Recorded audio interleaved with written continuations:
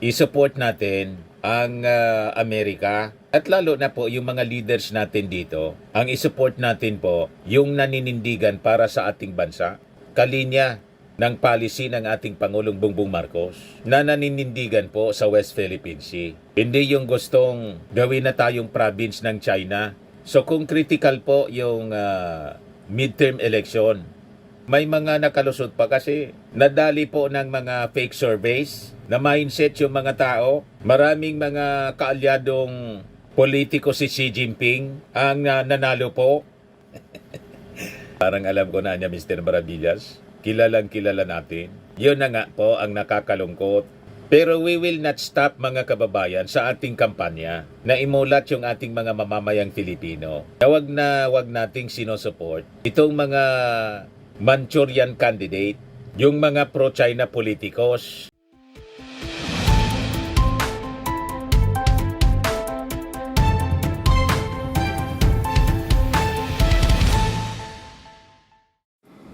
Hello po mga kababayan, si Dante Maravillas, Bicolano vlogger, broadcaster from Albay. Dito muna tayo mga kababayan sa topic natin sa defense ng ating bansa. Kasi ito yung rason kung bakit galit na galit yung mga DDS sa ating Pangulong Bongbong Marcos. Kasi yung ating Pangulong Bongbong Marcos mga kababayan naninindigan laban sa China. At yung ating Pangulo nandito sa side ng Amerika, kung saan minamasama nila. Nasa katotohanan dapat ipagpasalamat natin ang ganitong posisyon ng ating Pangulong Bongbong Marcos kasi nga po, unang-una, bakit tayo didistansya sa Amerika? Ang Amerika mga kababayan, ka-defense treaty natin. Alangan man makipag-defense treaty tayo sa China na gustong lamunin tayo. Tama pa? Alangan man yung may interes sa ating teritoryo, yung gustong manakop sa atin, yung gustong agawin yung ating mga resources, natural resources, lalo yung dito sa West Philippine Sea, doon tayo makikipag military agreement.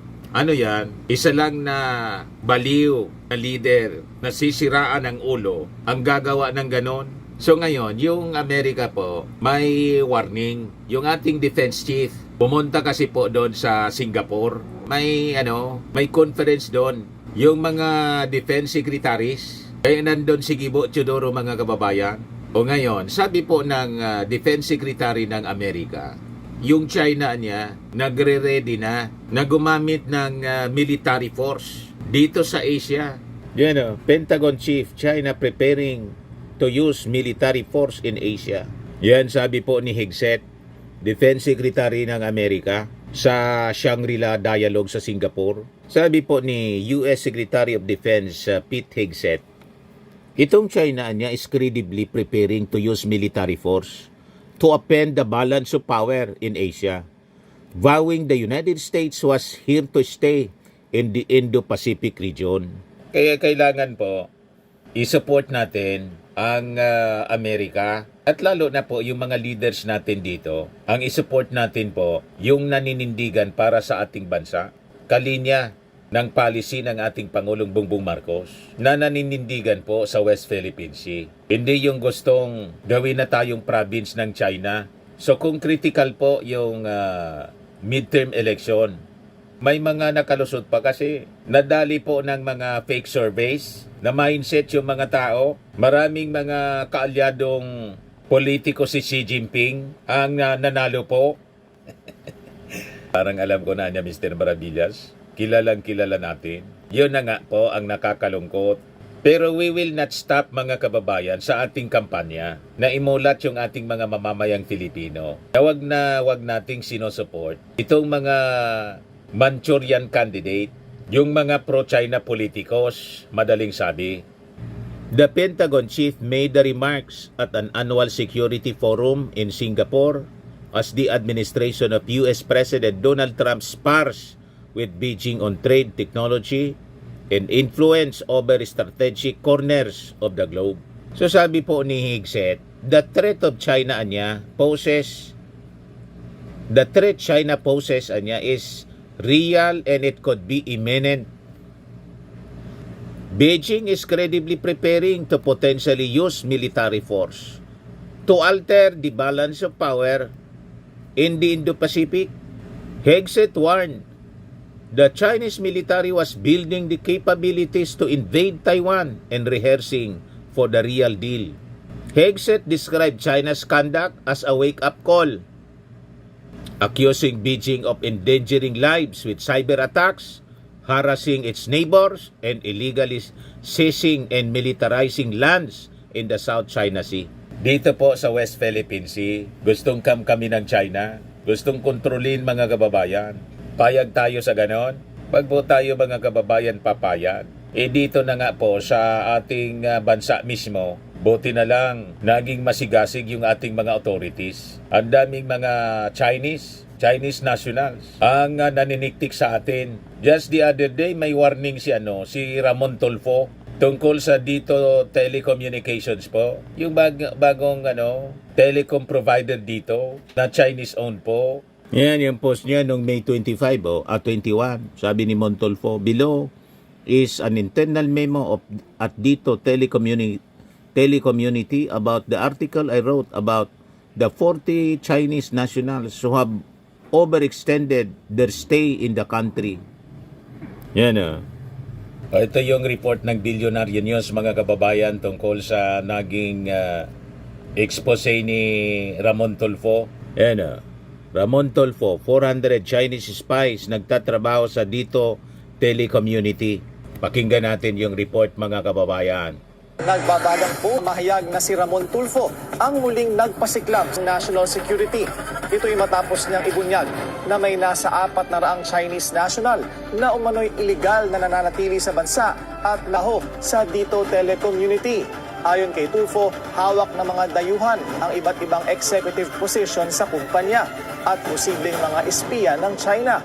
Hawak din daw nila ang mga sensitibong data ng bansa.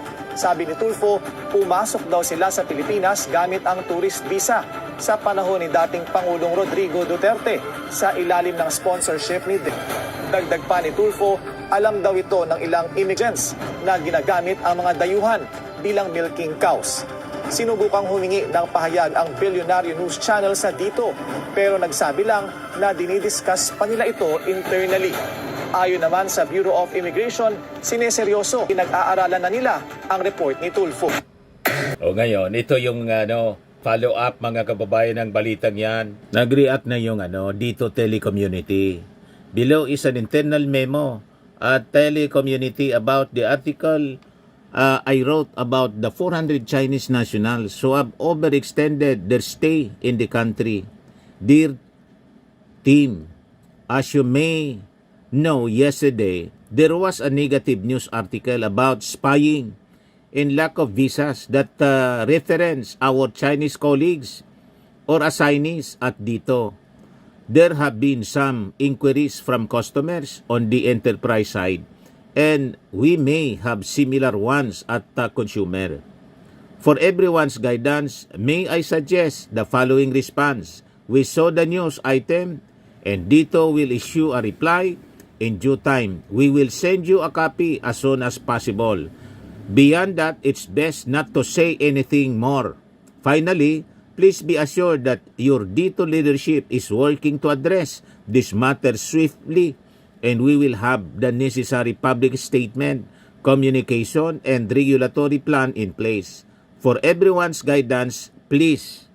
So sabi ni Montolfo, if dito is not hiding anything, why doesn't it issue a public statement regarding my article immediately? So yan po mga kababayan. Kaya importante yung pagiging vigilant natin. At tigilan natin mga kababayan ng pag-support sa mga politiko. Noong panahon nito ni Digo, pumasok sila rito. Kaya tigilan natin yung pag-support sa mga politiko influensyado ng Beijing, ng China. Kasi yung China po, seryoso sa kanilang ambisyon. Hindi lang sa Taiwan, pati dito sa West Philippine Sea. And may include our entire country.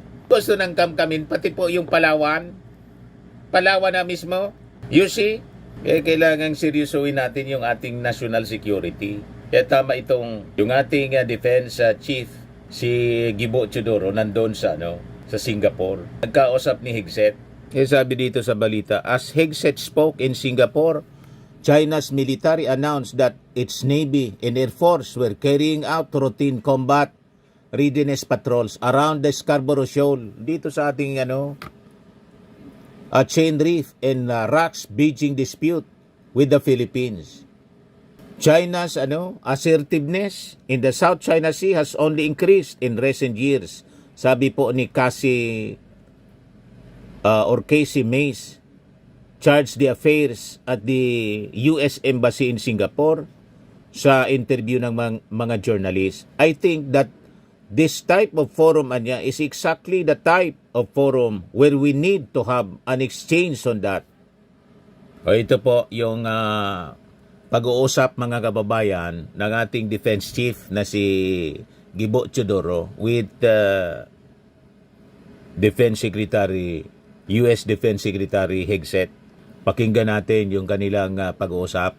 Yeah, very much appreciate your hospitality there. Thank you. Our military's exercised together in Balakatan in April, the largest one in a long time, 14,000 troops, and of course, just a long-standing relationship between the United States and the Philippines, mutual defense treaty, ironclad partnership, and I want to applaud them for their courage and their clarity in the South China Sea, in a recognition of the challenges that we face, shoulder to shoulder. We want peace and stability in that region, and our partnership is central to that. So thank you for your time, always, and look forward to speaking today. Yes, thank you, Secretary Hegseth. And we just came at the heels of a very successful, I must say, U.S.-ASEAN Defense Ministers meeting. Secretary Hegseth made a great impact. I could feel it with our counterparts here. And it is the proof of the commitment of the Trump administration to engage in the ASEAN and the Indo-Pacific. Of course, we will continue to enhance our bilateral and multilateral relationships, all with the vision of a free and open Indo-Pacific, and of course, our shared interests in upholding a rules-based international order. The Philippines does seek peace, but in this instance, it is important to have a sustainable peace that is based on our own resilience and alliances with like-minded partners. Thank you very much, Secretary Hegseth. We look forward to meeting in here pretty soon, and we look forward to enhancing our already robust defense relationship. That's right. Well, thank you. Mr. Secretary, sorry if you have Thank a you, Press. response to China. Thank you, Press. Minister's absence. Let's go. Thank you, Press. We can't account for whether China engages or not. All we know is that we're here, and we will be here, and we seek to further and establish peace through partnership with allies and partners in the region, but it also requires power and strength, which uniquely America can bring in pursuit of deterrence of conflict. We don't seek conflict with anybody, and that's important to emphasize. We're here to engage military to military, country to country. We can't account for whether or not China's here or not, but we're glad we are, and we think it makes the region more stable and more peaceful. I'm glad you could ask us that question, but it's hard for their citizens to ask their government why they're not here. And that's the value with which we both stand here for, the ability to ask questions, to lead a free life, to have freedom of the press and other freedoms that we enjoy. No doubt, no doubt. Thank you. All right, thank you, Press. So, linawin natin, an objective po, deterrence. So, magkakaroon lang tayo ng deterrence po kung tayo po ay malakas. Kung mahina ka, walang deterrence yon. You cannot deter the possible invasion or attacks by China. Kung mahina ka, lalamunin ka lang nila. Pero pag malakas ka, they will be deterred. Yan ang totoong deterrence po. Kaya nilinaw po nila kasi yung propaganda po ng China, ginagamit yung ilan nating mga kababayan rito, na yung ating Pangulo daw, sinisiraan yung ating Pangulo. Gustong dalhin kalad ka rin sa gira yung ating bansa. Mismong si Digong po, yan ang linya ng narrative niya, narrative ng propaganda, doon sa mga maisog rally. Ang ginagawa po ng ating Pangulo, napalakas yung alliance para ma-deter yung China na sumalakay. Kasi pag alam ng China hindi kaya niya, kalyado natin yung Amerika, kalyado natin yung Japan, kalyado natin yung Australia, yung South Korea, yung India, and European countries. Magdadalawang isip po yung China. Yan ang ibig sabihin ng deterrence posture. Dapat mayroon po tayong deterrence posture po. Pati sa France po, nakikipag-usap tayo. Pati yung pag-develop ng ating Navy. Gusto tayong tulungan ng France. So ito yung napakagandang strategy na ginagawa ng ating Pangulong Bongbong. Ayan ang ating DND Secretary Sigibo. Kausap si Macron, Defense Secretary Gilberto Teodoro met with French President Emmanuel Macron last night at the official opening of the 22nd IISS Shangri-La Dialogue in Singapore. President Macron delivered the keynote address of the dialogue in joining stronger relations between Asia and Europe. Secretary Teodoro is slated to engage with counterparts in a number of bilateral and multilateral meetings to promote regional security cooperation. Yan po, para hindi po matuloy yung masamang plano ng China na gusto nilang sakupin yung West Philippine Sea. Kaya ang style nila, nangingialam pati sa ating eleksyon. Pati yung mga surveys, pinakikialaman nila para i-brainwash yung ating mga mamamayang Filipino. Mindsetting po. Pinupunduan yung mga propagandista dito, mga kababayan, na mga traidor, mga fake news peddlers, mga vloggers na kwarta-kwarta lang po ang iniisip. Hindi iniisip po yung future ng ating mga mamamayang Filipino, lalo ng ating bansa, ng ating mga kabataan. Mga modern makapili po. Kaya sabi dito sa balita, reassuring US allies, on Saturday, Hegseth said the Indo-Pacific was America's priority theater, pledging to ensure China cannot dominate us or our allies and partners.